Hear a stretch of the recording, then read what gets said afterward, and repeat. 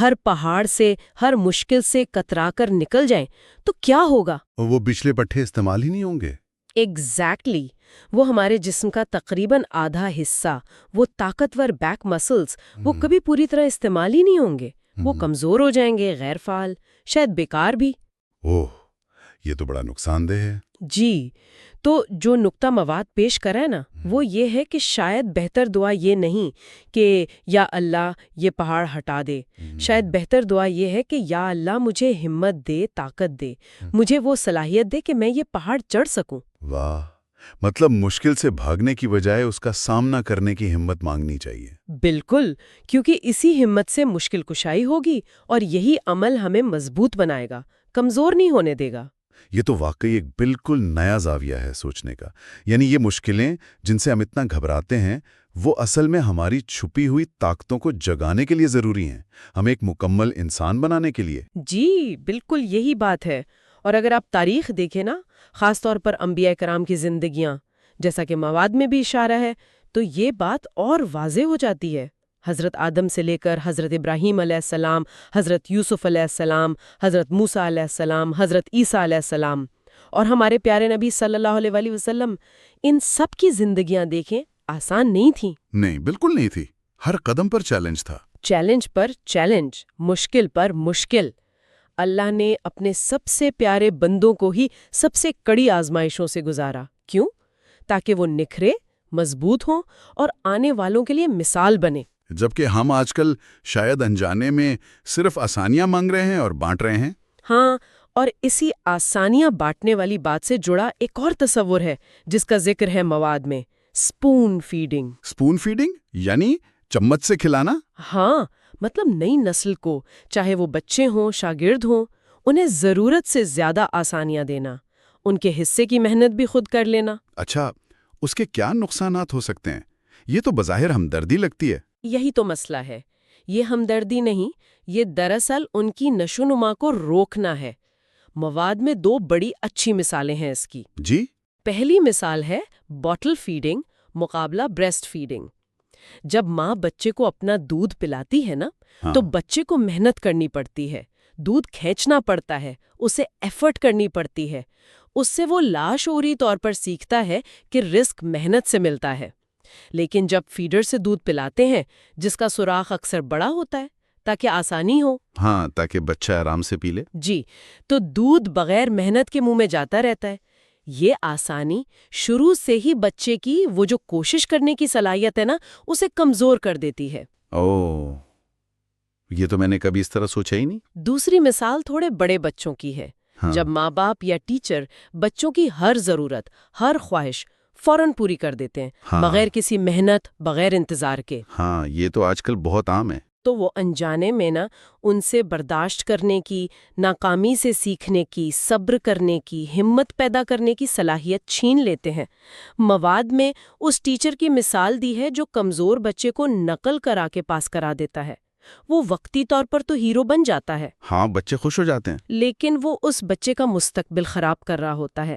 اس نے اسے سکھا دیا کہ بھئی محنت کے بغیر بھی کام چل سکتا ہے، شارٹ کٹ سے، اور یہ عادت پھر زندگی بھر ساتھ رہتی ہے۔ یہ تو بہت خطرناک بات ہے۔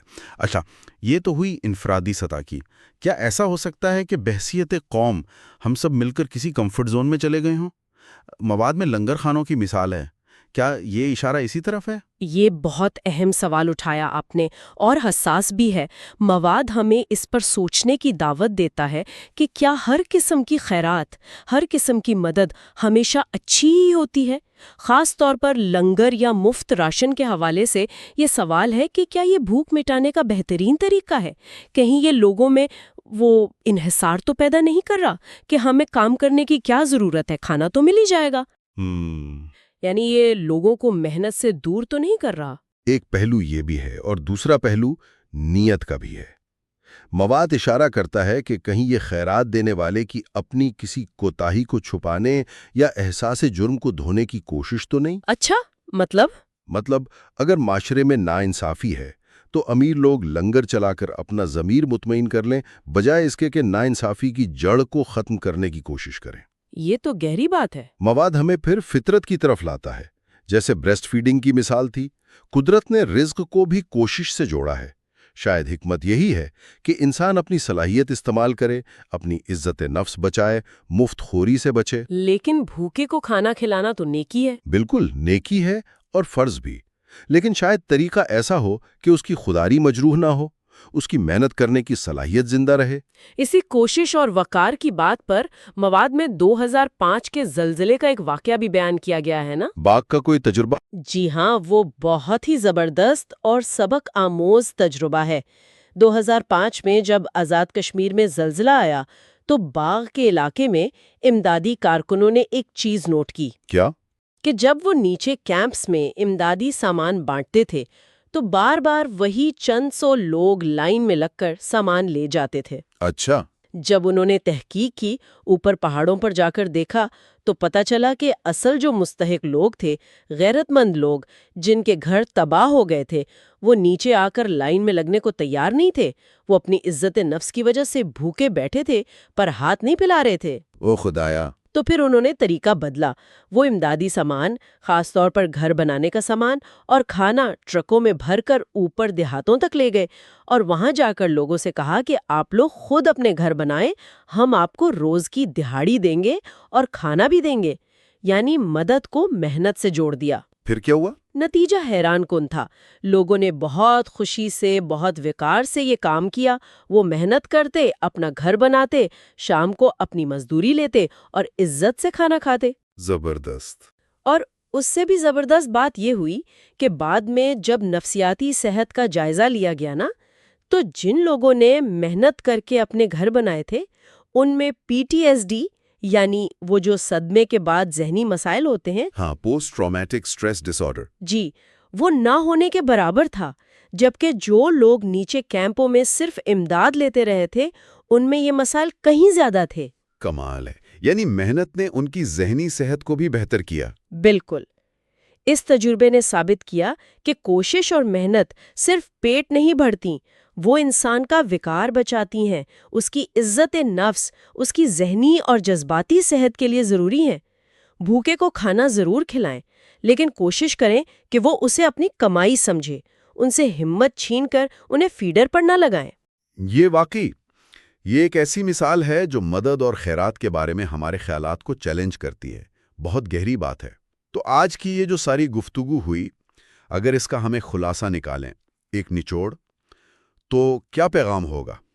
میرے خیال میں تو جو بات بار بار ابھر کر سامنے آئی وہ یہی ہے کہ یہ جو مشکلیں ہیں، چیلنجز ہیں، جنہیں ہم پہاڑ سمجھتے ہیں، ان سے بچنا نہیں ہے۔ یہ اصل میں ہماری گروتھ کے لیے، ہماری نشوونما کے لیے ضروری ہیں۔ یہ ہماری چھپی ہوئی صلاحیتوں کو باہر لاتی ہیں، ہمیں مضبوط بناتی ہیں۔ صرف آسانیوں کے پیچھے بھاگنا، کمفرٹ زون میں رہنا، یہ لمبے عرصے میں ہمیں کمزور کر دیتا ہے، ناکارہ بنا دیتا ہے۔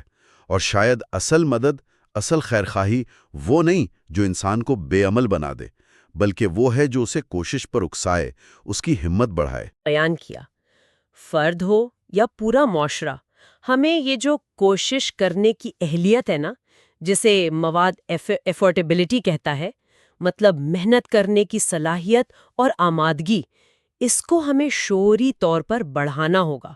ہمیں ایک ایسا کلچر بنانا ہوگا جہاں محنت کی، جد و جہد کی، چیلنج قبول کرنے کی، گر کر دوبارہ اٹھنے کی عزت ہو، نہ کہ صرف فوری آسانی اور شارٹ کٹ کی۔ بالکل، جہاں صرف بغیر محنت کی کامیابی کو ہی نہ سراہا جائے۔ اور آخر میں ہم اپنے سننے والوں، دیکھنے والوں کے لیے ایک سوال چھوڑ جاتے ہیں۔ اس پر ضرور سوچئے گا کہ اگر یہ سچ ہے کہ مشکلیں اور چیلنج ہی ہمیں اصل میں مضبوط بناتے ہیں، ہماری طاقت کو ابھارتے ہیں، تو کیا آج ہم اپنی نسلوں کو یہ جو بے تحاشا آسانیاں دے رہے ہیں، ان کی ہر خواہش فوراً پوری کر رہے ہیں، انہیں ہر مشکل سے بچا رہے ہیں؟ تو کیا ہم انہیں مضبوط بنا رہے ہیں، یا انجانے میں زندگی کی اصل جنگ کے لیے کمزور کر رہے ہیں؟